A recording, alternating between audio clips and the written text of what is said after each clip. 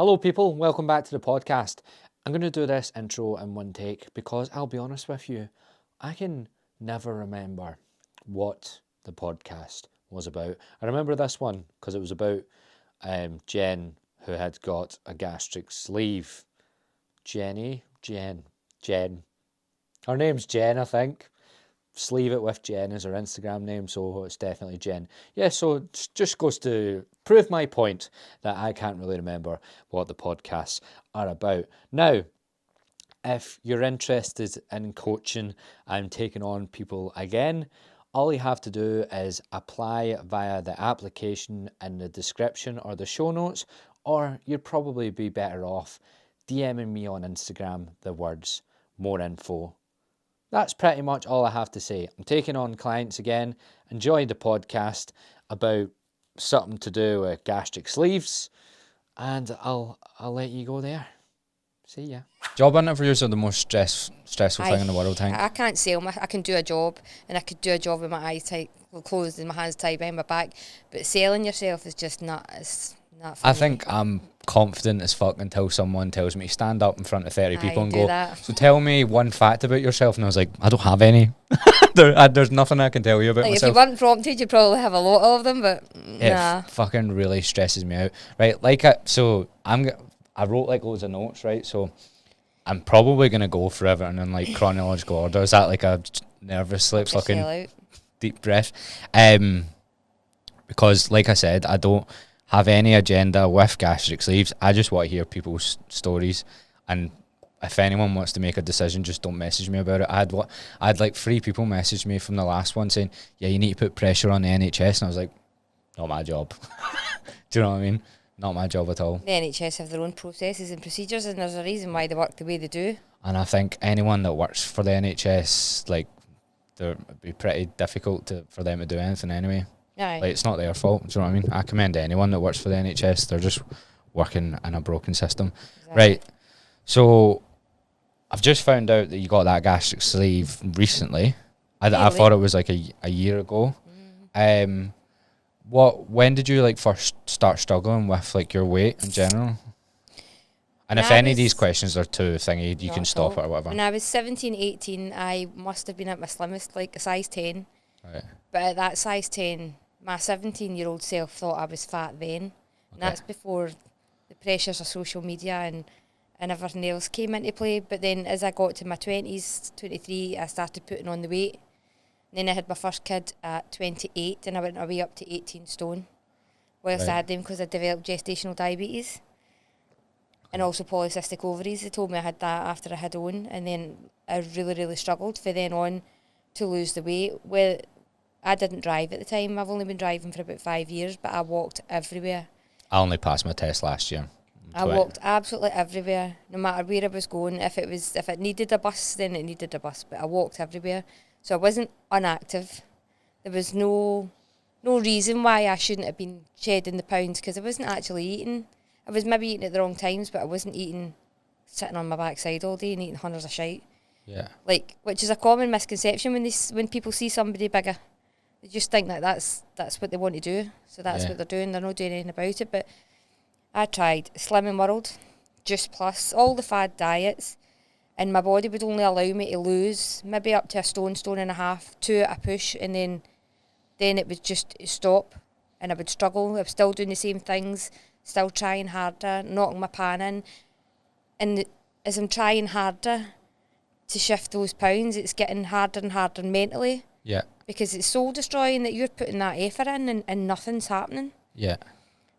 So all these years I have been fad dieting. I've been doing the PT, I've done the classes, I've done the gym by myself, I walk a lot, I've had the healthy food, done the calorie deficit, and it just nothing was working for me. See, to the point where I needed to lose the weight that I needed to lose, it just wasn't going. So I probably wouldn't be interested in Slimming World, etc. Anyway, because I would never ever go back. They're really poisonous. I don't even give a fuck what anyone says. I have my last memory of Slimming World. The girl that used to take the class, usually took the class, wasn't there, so it was like her higher above, her a boss or somebody came in and took the class, and I think I'd put on 2 pounds, And I was quite emotional that day that I went, and I was emotional about putting on the £2 because I'd been knocking my pan into and doing everything I should have been doing. And she singled me out in that group, even after I said I didn't want to discuss my gain.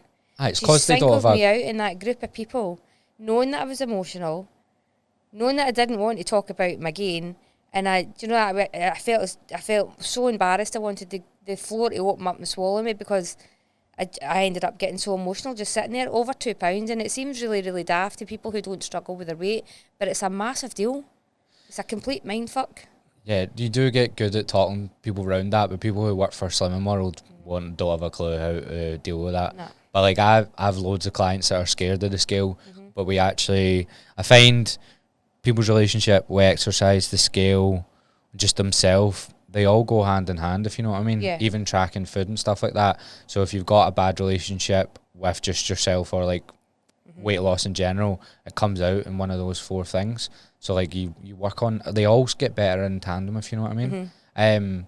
Like did they, because they don't ever help you with like your relationship with the scale and Slimming World, if anything, they just, that's I what used it's to all be around. obsessed with the scales to the point where, and I know I've seen one of your podcasts and you encouraged to stand on it every day because then you acknowledge the fluctuations. But I used to stand on it every day, and that would determine my day as to how my day would then proceed. Whether, it's looking all right, it's going to be a good day, or I've put a £1 on, that's it, fuck it. But see if you had me talking to you whilst you were doing that. It would be a different story. Yeah. Because I try to educate people on why they're getting them, or like why it fluctuates, because oftentimes when people move to weighing daily and they don't know why they don't know why it's fluctuating, they think it's fat gain every time, that if you walk them through that at the same time, they do get a better relationship. But it's not as simple as just like, no, that's why I make so much content on it. It's taking me to now to start getting my head around the fat loss, muscle gain, the lean muscle, the fat's bulkier, and all this, and try and accept it that way. Yeah. See, 10 years ago, we didn't have that much information on it. Like you can actually tell just by speaking to people now that people are way more educated just from a lot of PTs and or even just doctors and stuff are on like TikTok and Instagram, and it genuinely it helps a lot. That I don't think it's remotely going to solve the obesity epidemic at all. I genuinely think a lot of it's to do with like capitalism and just how greedy. Like I think fast food companies are the biggest problem. If I'm being honest. Look at it, if you go into the supermarket now, the prices are going through the roof for everybody, everywhere. Yeah. So to take that healthier food option to make something from scratch, it's going to cost you more to buy that for a family of 4 potentially than it is to go and get the Waynes a couple of Happy Meals to keep them happy because they maybe don't want to eat. And if you're working more to afford the bills and stuff, you're more stressed. It all goes hand in hand. And he was really, you said you listened to that podcast. He made so many good points about poverty and obesity and stuff, and I really agree with him on loads of it. Before we move on, what was your PT like before, and like how did you go on before you had the sleeve surgery with her, and what was she like when you first approached her to say you were, or did you just go to Turkey and be like, here Well, I had stopped. I hadn't been with her for a wee while, and I kind of fell away from it because it was just, I was scunnered mentally. I was bashing myself. Scunnered is, for anyone that's not Scottish, it just means you couldn't be arsed. Fed up, so it's hard. So I'd fell away for a wee while, and I was just going out doing walks when my pal would meet up in the morning and go do the cyclepaths from like Coatbridge up to Airdrie.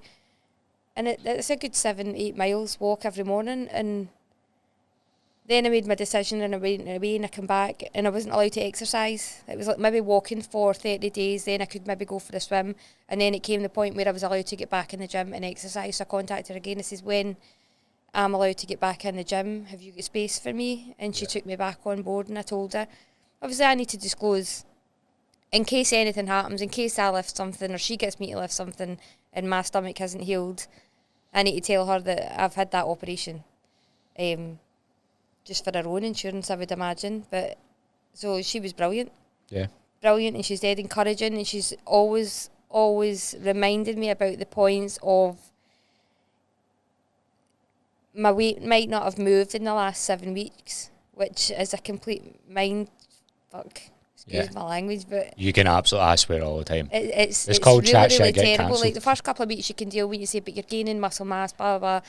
And she's good at reminding me of that and telling me, you know, stop punishing yourself because your body's changing. I can feel my body changing. I can feel it changing in my clothes alone and the non-scale victories. So it is changing. So she's really, really good at keeping me on track and remind me of that to stop me from punishing myself. Do you get what I mean now with having someone talk to you about it whilst you're... Because she's actually changing the way you think about it. Whereas if you'd done that on your own, you would like... Yep. Because you've had a gastric sleeve, you can't necessarily self-sabotage yourself with food as much, but you would... You can, but you'll make yourself incredibly unwell. Yeah. You know, so you like, I could say, oh, I'm fucking having that cheesecake because he's pissed me off, or she's done this, that just give me that. And I could sit there and try my damnedest to eat it all, but the chances are what he explained to you as dumping syndrome is that would happen, and that's like hot sweats, feeling really nauseous and sick, and it's really not a nice feeling. Thankfully, to this point, I haven't experienced dumping syndrome, but I have a couple of friends who actually went with me to Turkey. Right, I didn't go alone. So I didn't know all of this. So we'll come back to that. What was making you think about going to Turkey? Did you try going through the NHS? And I remember I said, I am not a fucking person here trying to like change politics of the world. I don't care about slagging the NHS, but that doctor's gonna come on again. He might not talk about gastric sleeves, so I really don't want to remotely burn that bridge by slandering the NHS at all. I mean, it's hard now. It's hard now at this stage to even get an appointment with your GP. There's so much going on, and that's the same like across the board. But a lot of the things, I think, it's like a postcode lottery. So over the years, I've been back and forward to the GP. I've been to see their dietitians. I've followed their plans. That didn't work. They gave me Orlistat, which is like, do you know what Orlistat is? Yeah. It's like you never trust a fart. Yeah. So if you're taking them and you're not following the plan and eating healthily, then anything that you put into your body that has fat attached to it it's just going to come. Right. Whether you're ready for that or not, nothing's going to stop it, and it's not lovely. You still on it? Absolutely not. But so they gave me it before, and then they gave me a tablet called Reductil, which worked really, really well, and it's the only thing that the GPs and the NHS had actually prescribed me that did work. But not long after they gave me that, there was issues with the medication, I think, in America, relating to heart rate and things like that. So it was reassessed, and then it was withdrew for the market. So they took that away. Then I had the kids, got married, and then I was still struggling a bit, so I went back to my GP and I'd asked them about bariatric surgery, and it was just kind of lip servicing. Let's do these tests, and we'll every send time you off say the that, referral. I think you're talking about Botox. What do you mean? Lip service, it's just, we can't do that, but we can enlarge we'll our give lips. you this information, we'll give you that information, or we'll do these tests, but then nothing ever comes out. So it's just appeasing me there when I'm there at the time for my 10-minute appointment. Nothing ever came for it. And then I went back to her and I asked her for recommendations that they would approve of me going to privately here in the UK, in Glasgow. Again, I never ever got any information, never got anything back. So most recently, before I made the decision to go for my surgery, I started injecting myself with the Saxenda injection. Right, so I keep getting mixed up with the weight loss drug. So this is the new one that everyone's talking about. It was a diabetes drug. And Ozempic are both diabetes drugs, but Saxenda... Are they different? They're the same kind of drug, but one I think is once a week injection and one is once daily. Do you know why I get confused? Because people either call it by the brand or and I'm like, can you just call it the one thing? It's really... I don't know if it's semaglutide or something like that that's in it. Yeah, but I had been taking the Saxenda. So you bought that privately? I bought that privately. How did you go through that? So I went through an online assessment. Recently?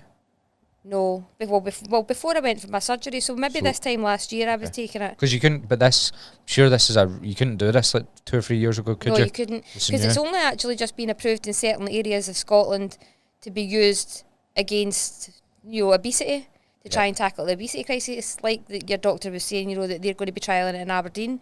But it's like a postcode lottery, so not everywhere is going to be approving that. And I think why massively it's down to the cost of it rather than it is down to anything else. I think it's about the money. So privately to buy it, at the cheapest you could buy that, you're about £56 a pen. And how long does that last? Now that first pen will probably last you about a week and a half, 2 weeks. But as soon as you finish that first dose, you have to keep going up so that your body keeps reacting, so that your body's not getting used to it. So for it to keep working, you have to keep going up to a dose. Right. So once you get to the highest dose, which isn't that far away, you're maybe £1 a week. So that's £56 a week. And it's not financially sustainable unless what would happen as well if you done it for 2 weeks and then you came off it? I'd imagine it would dissipate out your system, and I think you'd have those hunger feelings again because it makes you feel fuller for longer. What I was more imagining is if you'd done it for 2 weeks, couldn't afford it, then you would have it would sway the other way, if you know what I mean. Because you're all on your hormones, it's never great to it's the same way that if bodybuilders go on steroids and then just stop taking it, they're fucked. Like they need to cycle on something else to regulate their hormones. Well, I just listen. I don't have a fucking clue what I'm talking about sometimes.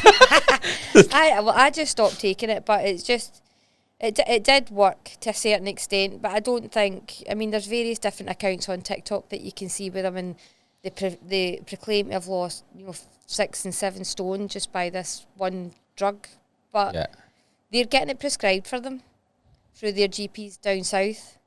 So I approached my doctor for it. No thanks, but no thanks. They put in the referral to the tier system in Glasgow to see if they would consider me for it for prescription. No. Well, I can't even get my doctors to see a patch on my stomach. Never mind, try to get weight loss injections. I got the referral letter back, and it basically just says, thanks, but no thanks. We'll not be getting that. We'll not be dealing with you. So you then went to research Turkey. How did you come across that? I honestly didn't know. I didn't know that it was Turkey until half an hour ago when I clicked on. Yeah, I clicked on it. Well, for years I've looked at gastric sleeve surgery, and I've had conversations on Messenger and on email with Get Slim Turkey and various different companies. Looking at their mortality rate, asking about their surgeons and things like that, and then having conversations. Mortality rate, is that the first question? How likely am I to die? Yeah. It's risks. Risks will happen anywhere. I know people have had it done here, and 10 years down the line, they're still having to go for regular hospital appointments for something that's went wrong during their surgery. Those risks can happen there as well. There's a language barrier there, yes. The follow-up care is going to be different because you've not got them on your doorstep. But could they understand you? Well, that's what Google Translates for.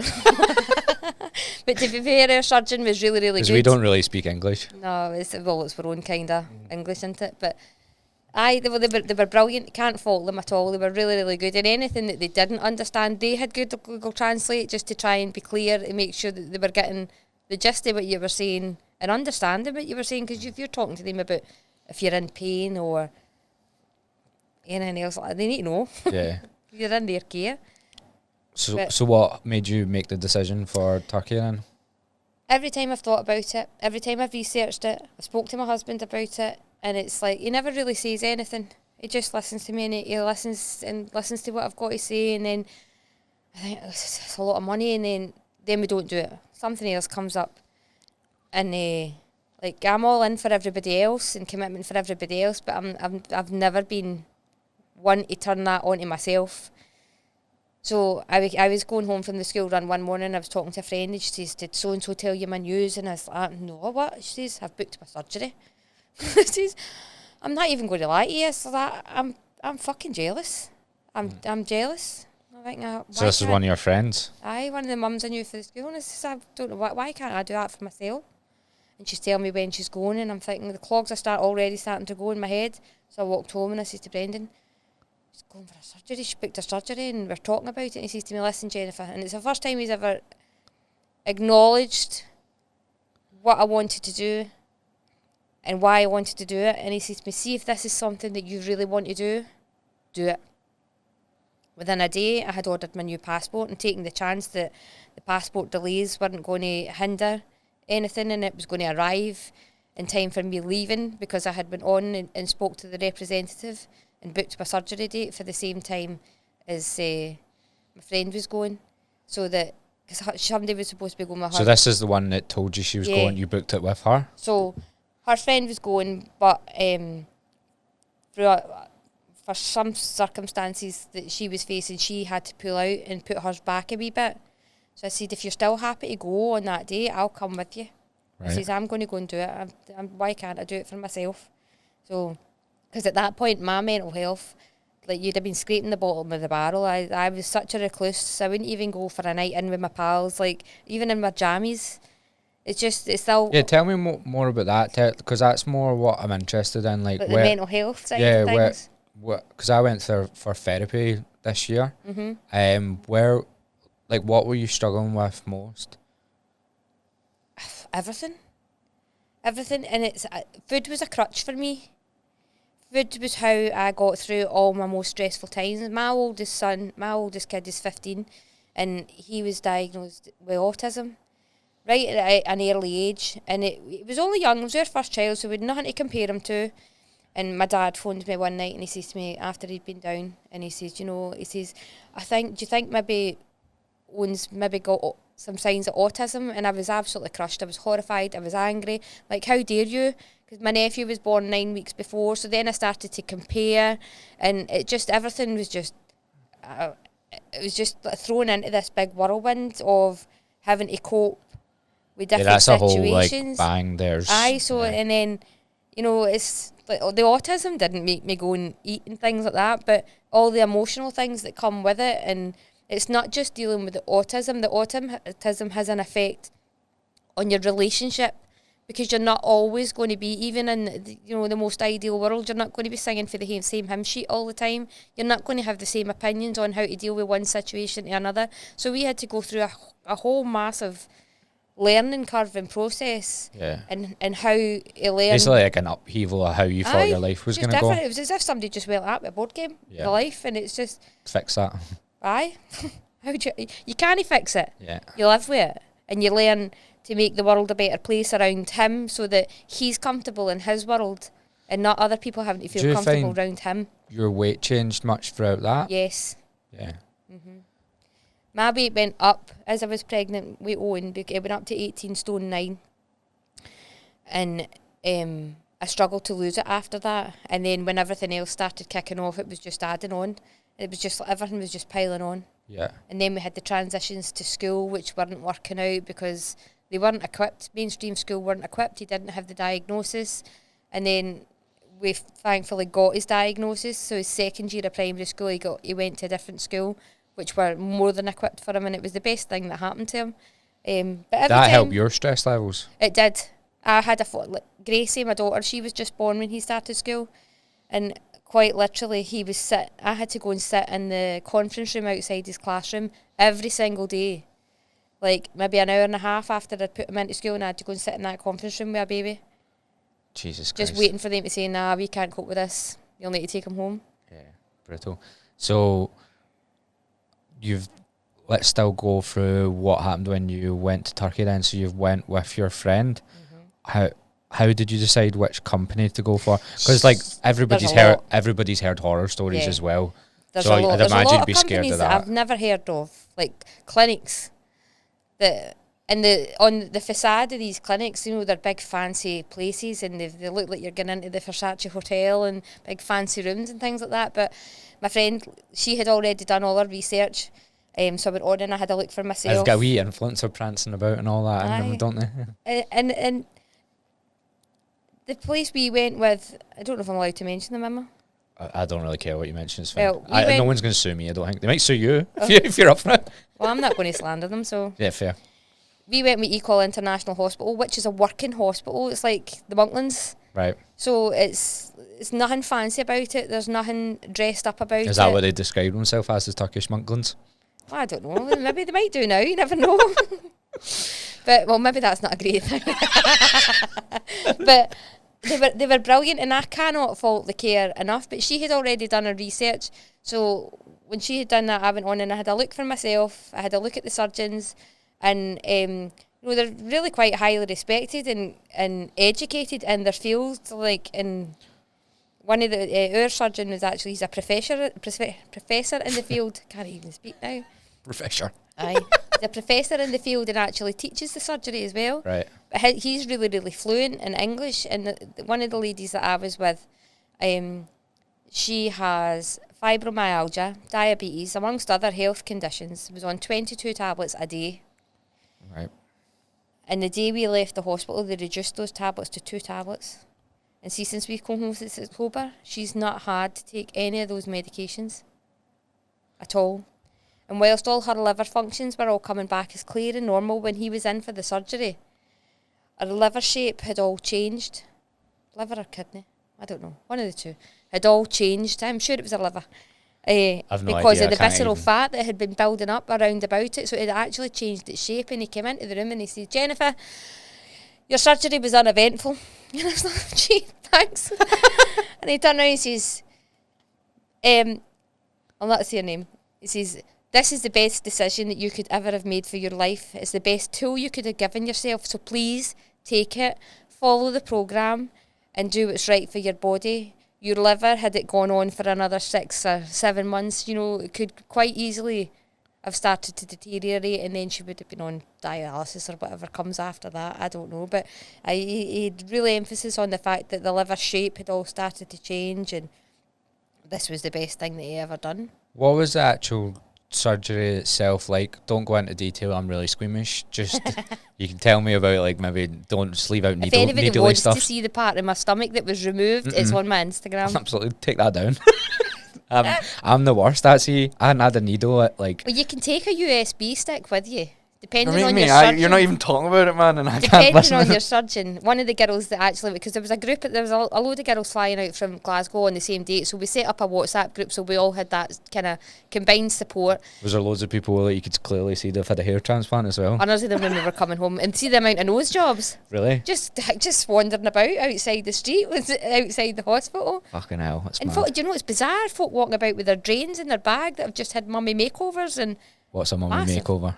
like it's a tummy tuck, your thighs, Right. because they've maybe had weight loss surgery previously. Oh, you mean skin So fold skin stuff? removal, Yeah, aye. okay. So it's like the thighs, the tummy, and the boobs. So they're walking about with their carrier bags, with their drains and the carrier bags Do they need that? I'm down the confused. shop. They need it for a few days afterwards.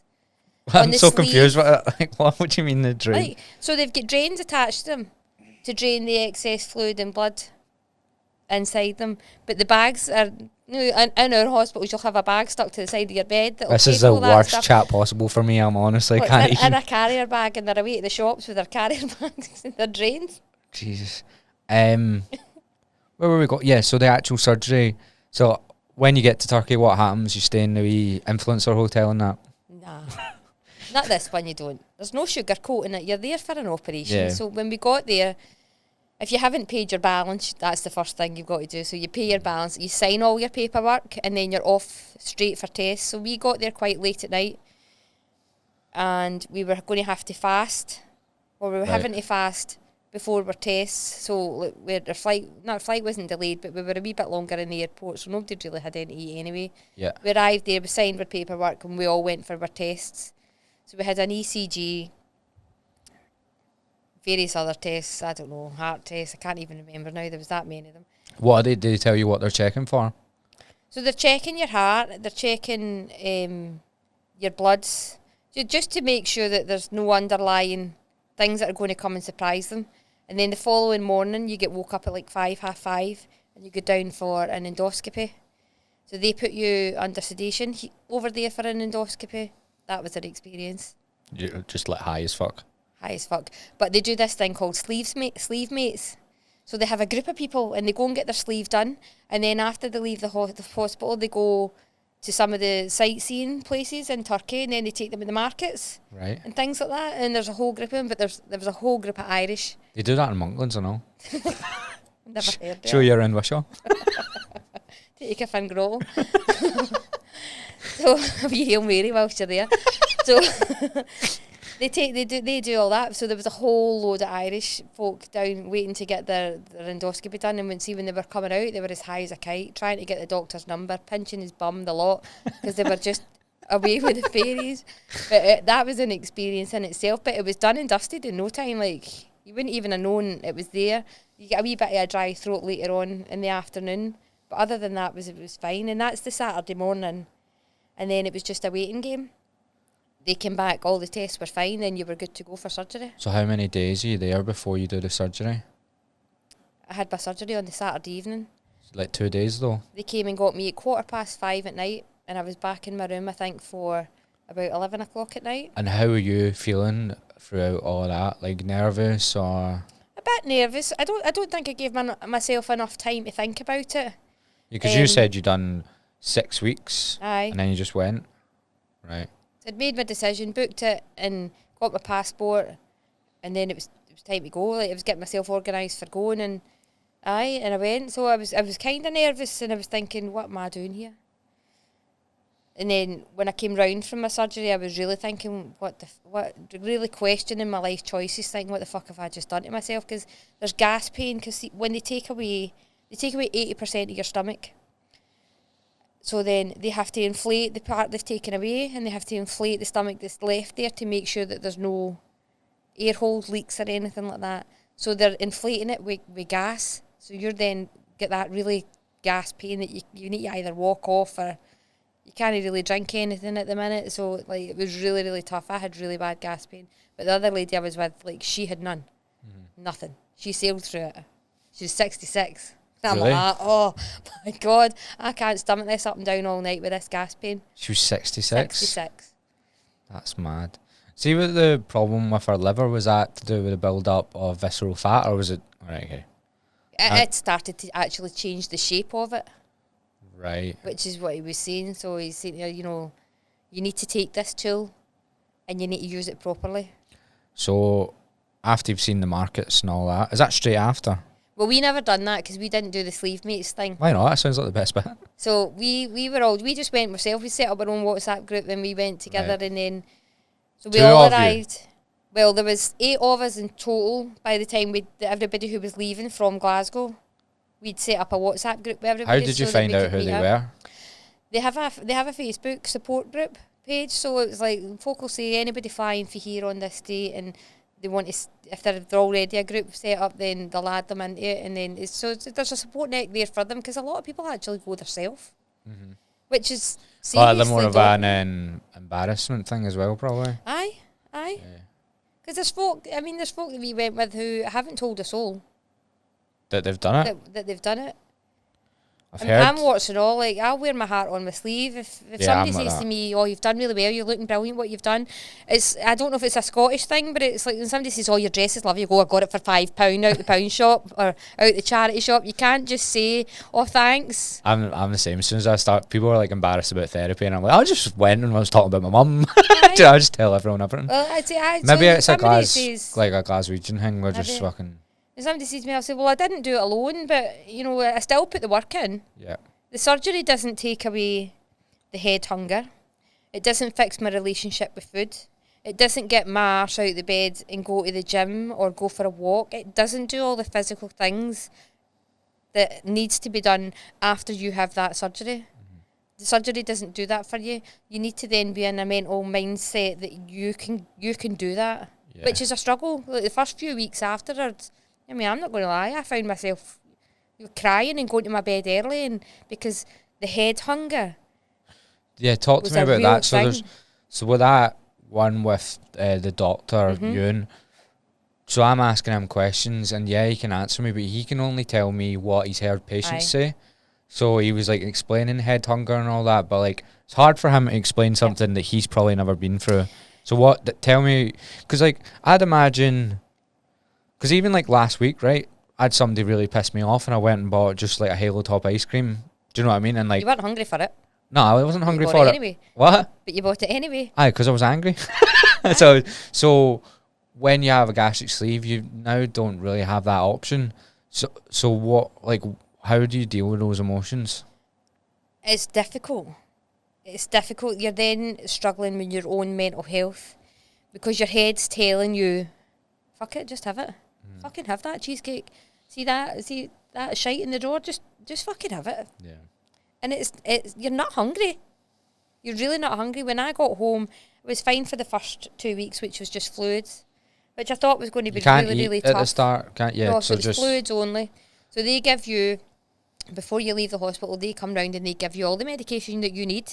What is that? So you've got a stomach protector, which you take. We had to inject ourselves. It's just stomach protector, I believe, for... I'd be out there injecting myself. Aye. So it wasn't new to me. I had to do that after I had my son because I had gestational diabetes. So after that, I had to inject myself anyway. So you have to inject yourself, in fact, in the arm it is. It's a blood thinner, is what that one is. And you have to do that for 10 days. And then you've got a stomach protector that you take every morning for, I think it's something like 3 months. And then they give you something to prevent gallstones, because with dramatic weight loss, rapid weight loss can then encourage your body to produce gallstones, or however that science works. And you asking end up the wrong person. No idea. I'm not no health professional, but they just grow. They gave us those to try and prevent that. I've been quite lucky. My first couple of weeks I lost a fair bit, but then I've been a slow loser since, which has allowed me to work out, do all the things I want to do, and not have the loose skin, like not having that transfer addiction that he's speaking about, like having that addiction about being obsessed with being unhappy and then fixing that, but then now you're unhappy with that. That's a good term to put it into it, transfer addiction, because I tried to explain it for like 10 minutes to ask them a question. So it's like I'm not bothered about having a wee tiny wobble in my arm. I can live with that. What's the head hunger like? Explain what that means as well, or like how it feels. Again, it goes back to the surgery doesn't fix your habits or your relationship with food. So my relationship with food was my crutch. So if I'm feeling a bit low or down, or somebody seriously pissed me off, like food would be my crutch. And it's not good food. In those moments in your head, when your head's not in the right place, you're not making the right choices, you're not being sound with yourself or being kind to yourself, and your head is telling you, your habits are telling you that just have it, but you know you're not hungry. I know I can't have that, because if I have that, I'll probably end up feeling sick. I'll be feeling not well, and it's a battle. It's as if you've got two wee folk up here arguing. Aye, she can have it. No, she fucking can't have it. Aye, she can fucking just have it. It's like, oh, wait a minute. Like, and there's a few occasions, maybe 4 weeks after we got back, I had to say to my husband a few times, I was really upset and crying about it. I need to go to my bed. I need to go to my bed to avoid the feelings. Yeah. Sorry. No, sorry. It's absolutely fine. It's hard. Yeah. And you can't regulate it. Yeah. I suppose the further on it's went, I'm getting better at regulating it.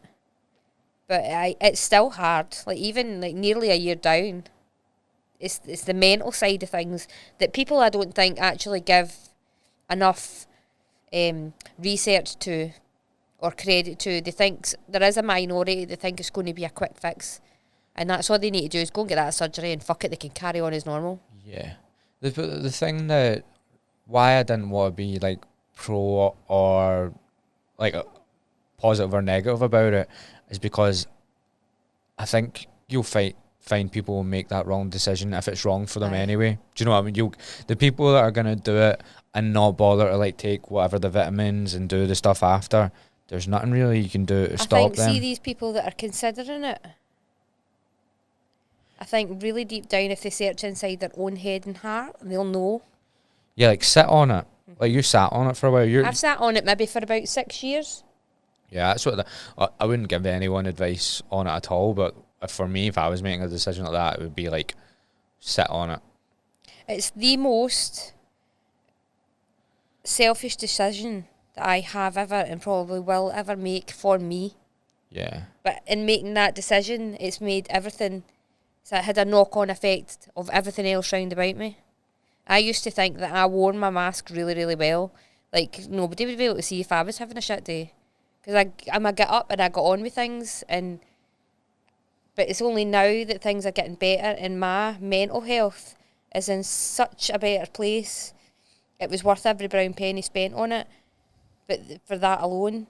But now I can see the damage that I was having on my own relationship.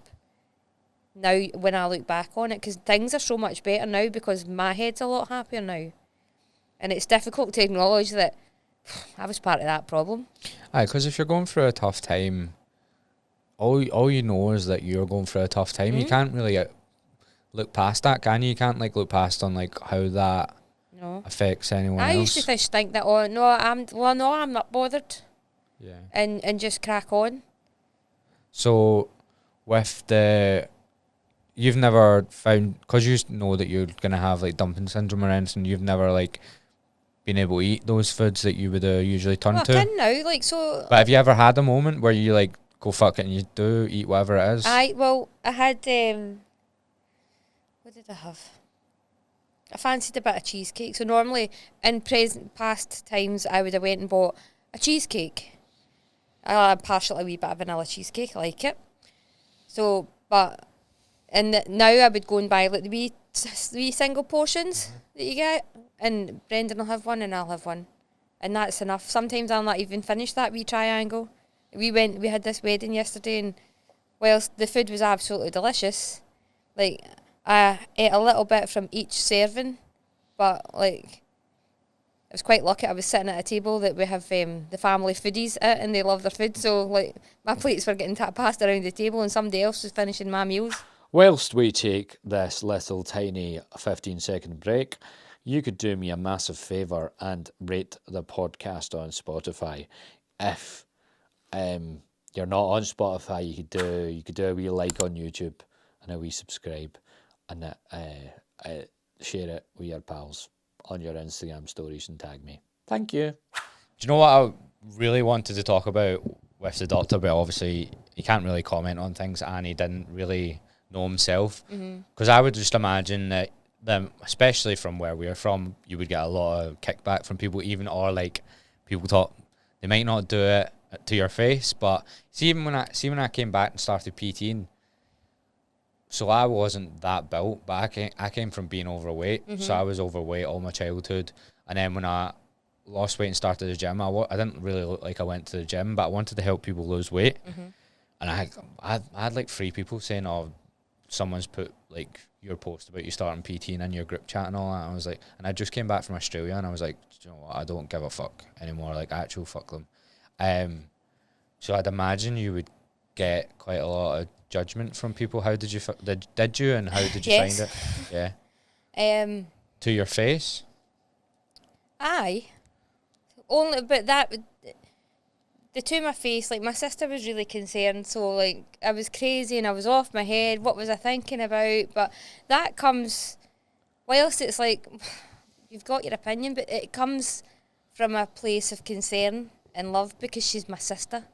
And it's like, what are you doing? You're going to a foreign country, and I think there's a common misconception when you say you're going to Turkey or anywhere out with your own comfort zones for surgery. It's like you're going to some sort of wee dingy back street chop shop with all the rusty ailments and tools. Just a machete. Aye, they're just going to chop you up and send you back a bag or whatever it is they want to do. And it does come from a place of concern, but and I think my husband, he's been concerned about me potentially making that decision and finally going. Like for the last 6 years, every time we touch on it, would be hard for him to deal with as well. I've got 2 kids. It's not a decision that anybody takes lightly, and there is a minority that will go and do it because they just want to be skinny, and it's not about the vanity. It certainly wasn't about the vanity for me. It was more about this, regaining my sanity, finding myself, and actually loving myself again, because like I'd lost that a long time ago. Well, what I would see, anyone that does do it in the way the minority you're talking about, that won't fix what the issues are. I know it'll help them lose weight. Somebody can tell you you're beautiful the way you are, but you're gorgeous, but you're this. But see, unless you see what they see, every last word that they breathe to you is absolutely pointless. It's falling on deaf ears, because if you don't see it or believe that about yourself, you're not ever going to see it unless changes start to make, the changes or the things that you're so unhappy, desperately unhappy about, start to change. So there was a kickback, and there, before you went or after, or well, not many people knew before I went, but the people that were closest to me, I told, and God love my mother-in-law, I told Brent, I hadn't told them, But when I was away, Brendan told them, and I wasn't going to tell them because they would just worry, and they're older. And she says to me, I thought you were away on a break for yourself. I thought you were doing something for yourself, and she was really annoyed at me because I wasn't away having a nice relaxing time and doing something for myself. And I says to her, look, but I was doing something for myself. And she kind of sat back and she went, I suppose you were. She says, but you're cute, you're lovely. And every time I go in, she'll say, you're looking great. She says, but you were cute, you're cute the way you were. That, I think that we should just eradicate people saying that. it's actually like, see, when I'd post pictures of me fat when I was 15, and people were like, you were fine the way you were, and I was like, what are you talking about? I was like 15 as well. I was like, sometimes I think, as much as it's just that comment doesn't do anything for you. Do you know what I mean? It's not more. I know they're trying to come from a nice place, but tell me I look fine when I was really overweight when I was 15 doesn't like make me feel. The people closest to me that had a few kickbacks and that, like I get it, I understand, and I would maybe have my own concerns if somebody that I loved came and said, I'm going to go and do this. You think, are they even going to come back? So you got more kickback about the concern about the surgery, and not anyone saying that like you're taking an easy way out or anything like that? No, well, they didn't say it to my face, but see, quite frankly, a long time ago, I can see people for who they are, and they slowly show their true colours now and again. So I've got a lot of people in my life that are in my circle because I love them, but at the same time, their opinions don't matter. Yeah. Unless they make an impact on my daily life, unless they're paying my bills or putting food in my cupboard, their opinions don't matter. Opinions are like arseholes. We've all got them, but we don't ask to see them. So, do you know what I mean? You're full of the quotes, aren't you? I'm not interested in what anybody's got to say. I've done it for me. I've not done it to please anybody else. I've done it for myself. What I would say from just looking at your Instagram, because the thing there obviously as a PT, there's things about that surgery that scare me, just in general, or just how it works and stuff. But I did see you looked as if as soon as you had the surgery, you were really on top of things. I don't know if most people are like that, but did you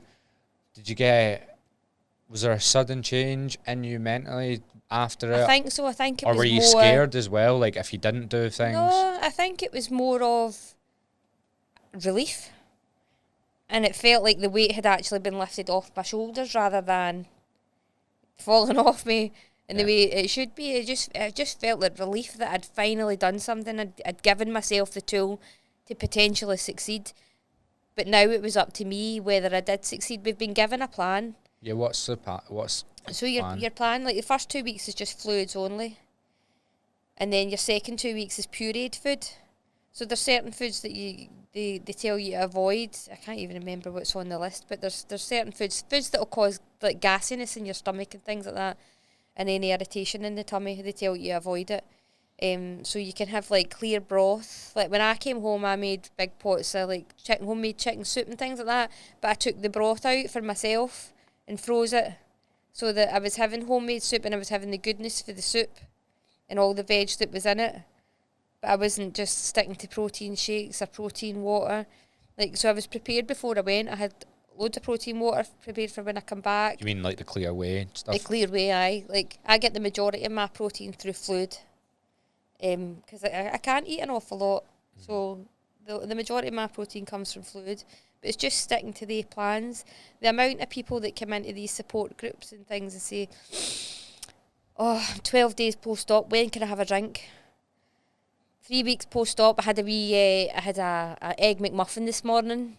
This is what I was able to eat. And I think to myself, for fuck's sake, why would you pay that money to go and make life better for yourself and make some drastic changes, but not follow the plan? Well, that's what see, if I went on your Instagram and it was like stuff like that, I would have never asked you to come on. I really like the fact that because I still want to, even though I'm not trying to get anyone to do anything or convince anyone not to do anything, I realise there's stories out there where it actually changed somebody's life.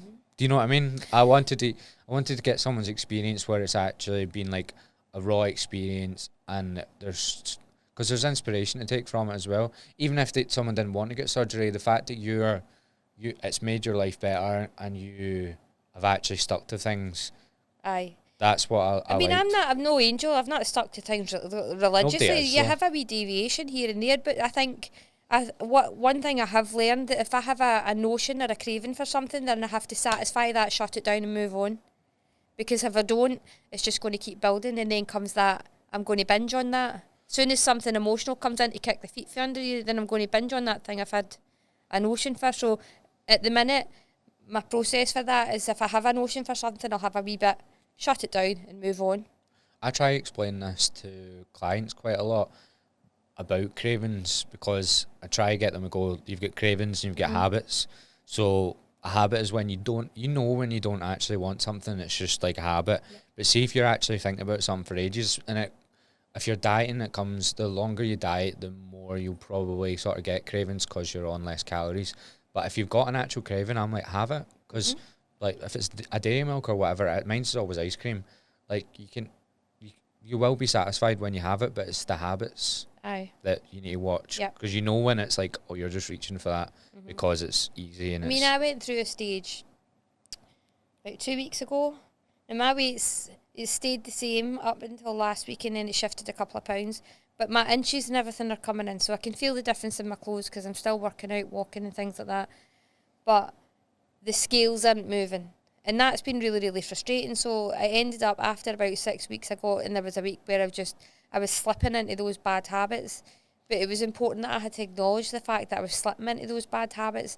So I kind of took myself... Did you tell, what's your PT called?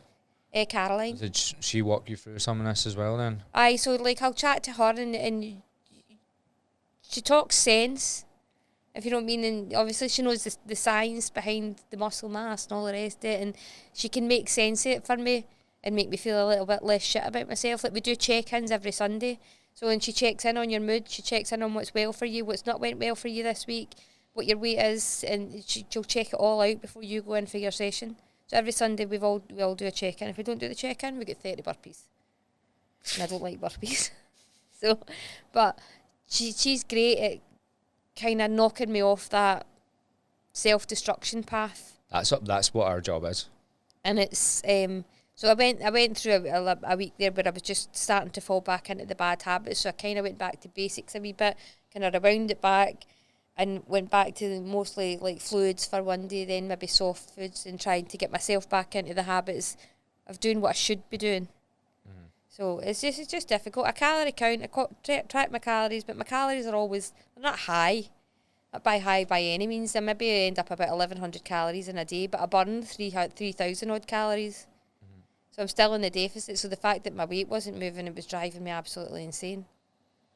I don't know if you heard Ewan talk about it though, but that's pretty common with that you'll flatline anyway.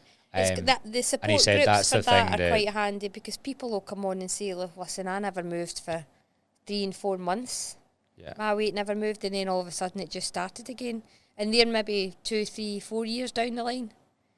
So I think it's still new. It's still a new thing to go through. But I found a video on my camera roll, and I knew I was big. I thought, why did nobody tell me?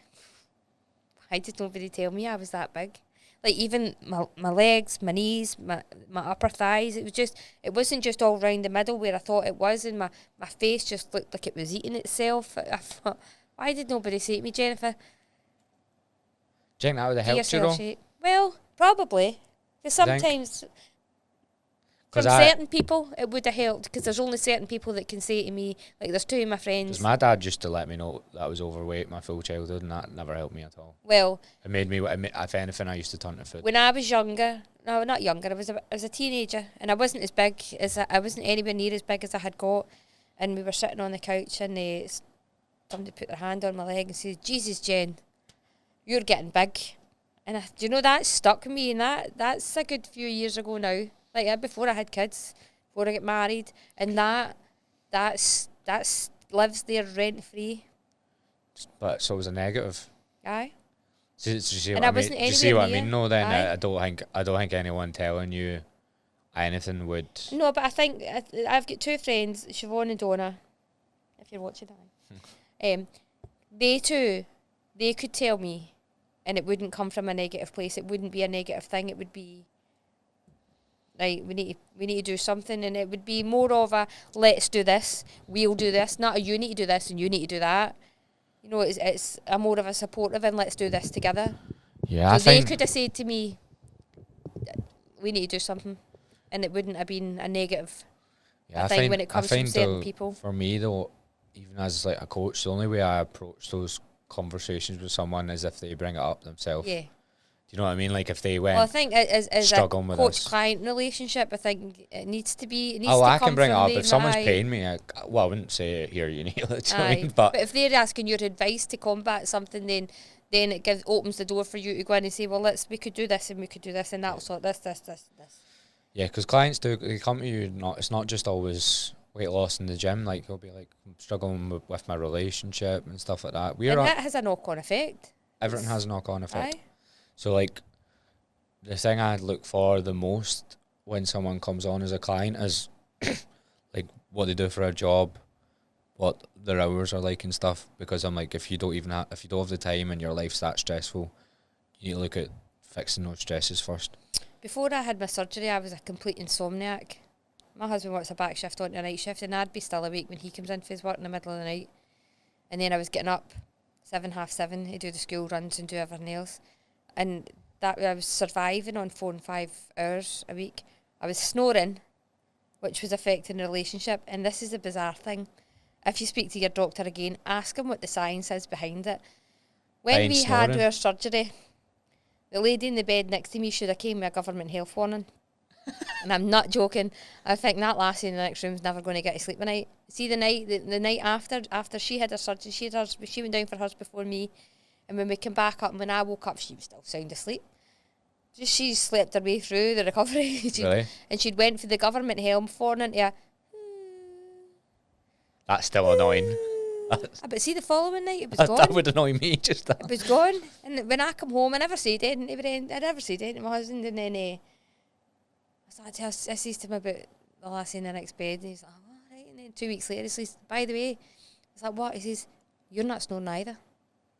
And it's almost instantaneously. Like there was a dramatic drop, change, and... So I was a big snorer, and I don't know the science behind it either, but I snored and I sleepwalked all the time up until I was 8 or 9. And I got my tonsils taken out, and I stopped doing both of them. I'm like, how does having no tonsils make you not sleepwalk? I just don't get it. I'll take it, but I just don't get it. I don't Unless they understand hypnotise it. me, you're going to stop. Before you come round for theatre. He still got his tonsils, Gem and he just fucking hypnotised them. I got mine out years and years ago, but I still snored. But it was really driving my husband mad as well. So it was driving the two of us mad, because I was trying to stay awake so he could get to sleep before I would start snoring. The doctor, literally, I remember being like 8 and going to the doctors for it, and he was in my mouth or whatever, and he was like, those are the biggest tonsils I've ever seen on anyone, and you're 8. Flex. As my daughter would say, that's a flex. I was just like, thank you very much. Can I keep them? No. But I was a massive snorer until then. I didn't think about that as well. I wonder what the... I sleep so much better. I can be in my bed and sleeping for 9:30, 10 o'clock at night. So I'm getting the sleep that my body should be getting now, whereas before it wasn't getting it. Yeah. Like now the kids are off school, they want to stay up later. I'm like, fuck's sake. What would you say any of the sort of cons are with getting the sleeve? Like, what are things that you maybe never considered before and now you're sort of living with as well? From my personal experience, I don't have any cons. If I was to say it's a con, it would be the mental struggle that probably nobody actually gives room to think about before they go and do that. They take it for granted, but it is a real struggle. And if you're prepared to take that on and try and get through it without going back the way, then it's something to seriously consider. And I think people just need to stop listening to other people and listening to other people's opinions, and they need to start doing what makes them happy. So I don't think I have any cons. Everything's been a positive. When you say struggles, then what do you mean by struggles? Like, did you have any? Because even say I have clients that lose quite a lot of weight. I've got a woman called Sharon. She's lost like 12 kilos. She's not on with me just now, but she lost 12 kilos with me. She cheated on me, went and got another coach. Well, I actually had stopped working with her, but she got another coach, and then she's wanted to come back on with me again. But she always struggles with, like, she looks mad different, but she's like, I still feel heavy. I still like feel like I don't imposter like. syndrome. Yeah. So I would never go to a shop and shop for clothes. Still or before? Before. I haven't actually been out shopping for myself, I don't think, since I got back, apart from like footwear. But like footwear, I could always buy myself footwear and it would fit. It wouldn't matter. But Well, these look terrible on me. Going into a shop and picking something up to wear was just virtually impossible unless you were going to the likes of Wallace. You know what I mean? Or Evans, Right. that do bigger sizes. And I went right up to a 22, 24 and trying to find something that you were comfortable in was nigh on impossible. So like shopping was never a thing.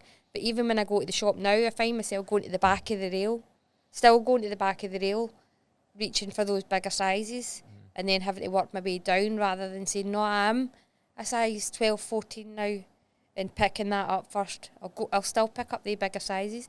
I've got a drawer in my bedroom that's full of all my old gym gear because for years I've been in hoodies, leggings, just sheer comfort, covered me up clothes, and they're still there. It's almost like I'm scared to get rid of them in case I need them. So it's like gradually taking the shit out, getting rid of it, and replacing it with new stuff. What scares you about, like, what? I don't know. I can't put my finger on it. There's just an Like, anxiety what do you feel that around. would happen that would make you gain weight again? I don't know. You hear some uneducated influencers saying, "Oh, aye, you can get that hunger hormone back anywhere from 4 weeks onwards. Aye, you can stretch your pouch. You can stretch your pouch dead easy." And it's like fuck's sakes, it's like scaremongering. Yeah. And it's like it's probably not that easy and quick to stretch your pouch again to the extent where you're going to get back to the point where you are. I think it's You mean going to increasing the size of your stomach again? aye. Because you can increase it, but that would mean you consistently doing what you done before and eating consistently and eating more and more and more and just carrying on. When I don't get why anybody would fall into the trap. Or Well, people to. will, but it doesn't mean that it's not worth the surgery for someone that won't. No. Like, there's going to be people, there's people that come on. Most PTs don't discuss this, but I would say 1 in 10 people that pay for like online coaching don't do a single thing.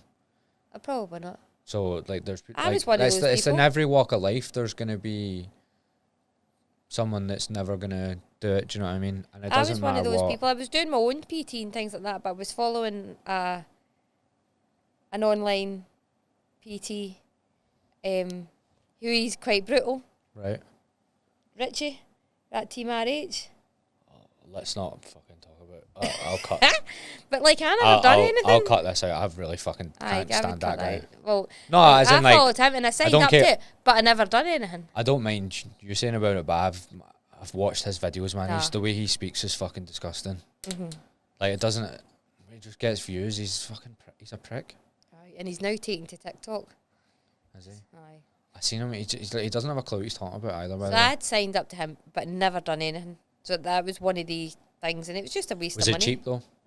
I think it was $6.99 or something like that. Ah, well, you're not going to do that then. So, So I'm talking about people that are actually paying for like one-on-one coaching. No, that's a lot but more online, money. Yeah. So like, I don't think if I in all honesty, I don't think I would do it either.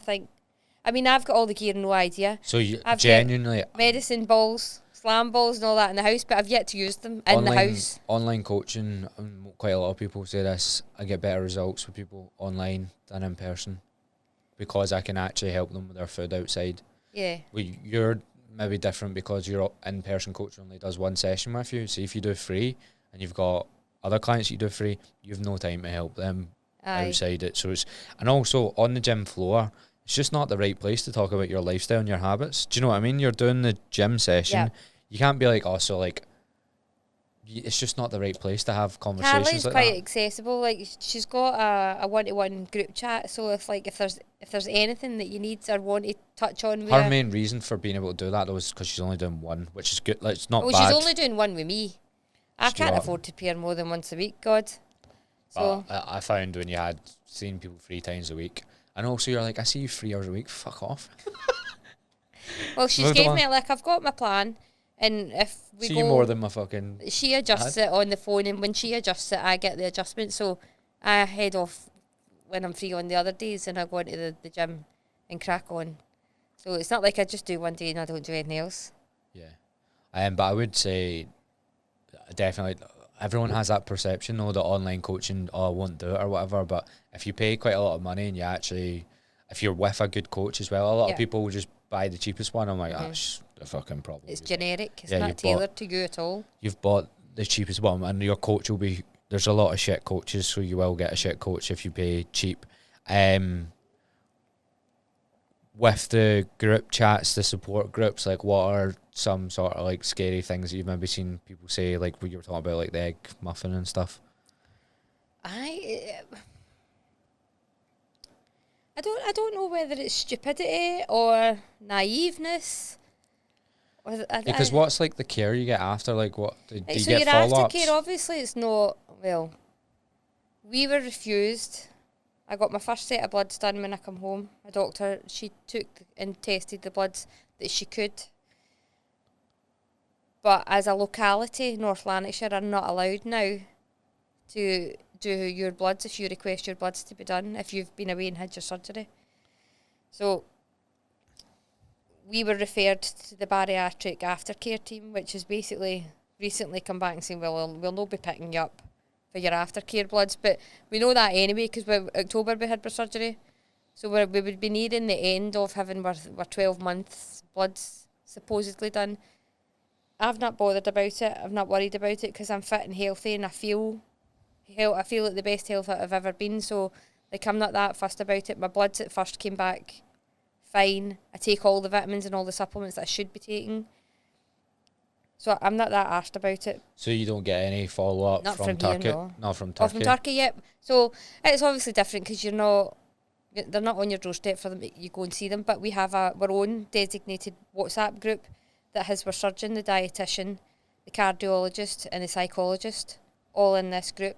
So if there's anything at any point that you need to speak to them about or inquire about, you can chat with them all, and they can all have like a multi-departmental input, I suppose, into what you're needing. I haven't needed to contact mine. Yeah. But some of the other girls have, and they're getting the support. Like, what are some of the things that have happened in the group chats that you've A lot seen? of people worry about the hair loss. And the hair loss is a massive side effect for the weight loss surgery because your body's then, it's instantly depleted of all the things that it's normally getting. Minerals and vitamins. It's because you can't all absorb that them as kind well. of stuff. So you've not got enough mass to absorb. It's not always about the capacity of the stomach, but I take all my vitamins and I take extras. I take extra biotin and sea kelp specifically for my hair, and thankfully I haven't had any issues. I thought at one point it was coming out, but it's no more than it was when I was brushing my hair before I went for surgery. But some people really do suffer badly with hair loss and having bald patches and worry about it. But there's also stories who are further down the line who have said maybe they've got the regrowth, the hair's growing back, and for me, hair's a big thing for a woman. It's a big thing for a guy if you wouldn't see us all going to Turkey. But it's it's not a massive thing for me. So like hair loss, it wouldn't. I don't think it would be a big deal breaker for me. If it's going to grow back, it'll grow back. My hair's tied back most of the time anyway, so nobody's ever going to know really. But it's a big thing for a lot of people, and a lot experience it. But everybody and everybody's body is different. They're all going to react differently. So as much as there's all these stories and whatnot on the group chats, it's tailored to them. It's individual to them. It doesn't mean that Joanne next door's going to experience the same thing when she goes. Yeah. we'll end on this, and this doesn't have to be an inspirational fucking like 5-minute speech, but like, say there's a lot of like misconceptions with it. I think you've probably heard me say on that podcast, the worst ones I listened to were like uneducated PTs talking about it. Like, honestly, some of it would actually make you just want to hit your head off a wall. And you can tell when someone's never experienced anything bad. Do you know what I mean? Do you get what I mean? Yep. You can tell you can just tell when someone's never Born with went a silver through any. spoon in their mouth and never had to worry about a calorie count. Yeah. So what would you say like the biggest misconceptions are out there about gastric sleeves? I think people look at the person and they judge. People are far too quick to judge. They don't know what's caused that person to get to the stage that they are. And the common misconception is that if you're heavy, it's just because you're a fat, lazy bastard. You're sitting there eating all day, you're not moving. It's not the case of eat less, move more, which is all you hear for PTs. I slag that Eat all less, the time. move more. Eat less, move more. It's not that fucking easy. Because there's thousands and thousands of people that have been there, done that, tried it, and it's not fucking working. I'm not promoting gastric sleeve surgery, and I'm not saying don't do it. What I would say is do whatever the fuck makes you happy, and if that's what's going to make you happy, then do it. Look into it, but do your research. Yeah. Do your research. Don't go to somebody that wee Sally down the streets went to and she got it $1,000 cheaper. Do your research, because sometimes that's the downfall of some people, because there is horror stories out there. Yeah. Right before we went, somebody passed away in Turkey, and it was like, are we doing the right thing? But when that's getting reported on, you're only getting the blanket headlines for that. There's no information. There's no detail or anything that's going into these stories that are being reported.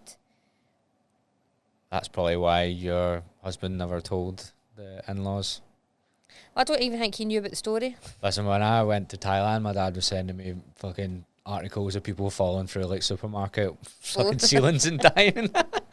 I was like, I think I'll be fine. He was like, watch what you're doing in these supermarkets. No matter where you go, somebody will find something to say a reason why you shouldn't go. There's so much negativity in this world, and there's too many PTs out there that don't have the people skills to actually communicate on a human level. I think the main problem is they can't listen. Well, that as well. That's what I They would like the say. sound of their own voice too much. Well, I do like that as well, to be fair. Well. I've got my own podcast. Right, we'll end there. Thank you very much for coming on. Thanks for having me. Because you were fucking honest the full way through. And it's hard, like genuinely really hard, so I really appreciate it. It is hard. Thank you. We'll end This there. is another first. Is that you next podcaster, is it? That's me. I'll give you a mic. Watch out, space. Right. Thank you.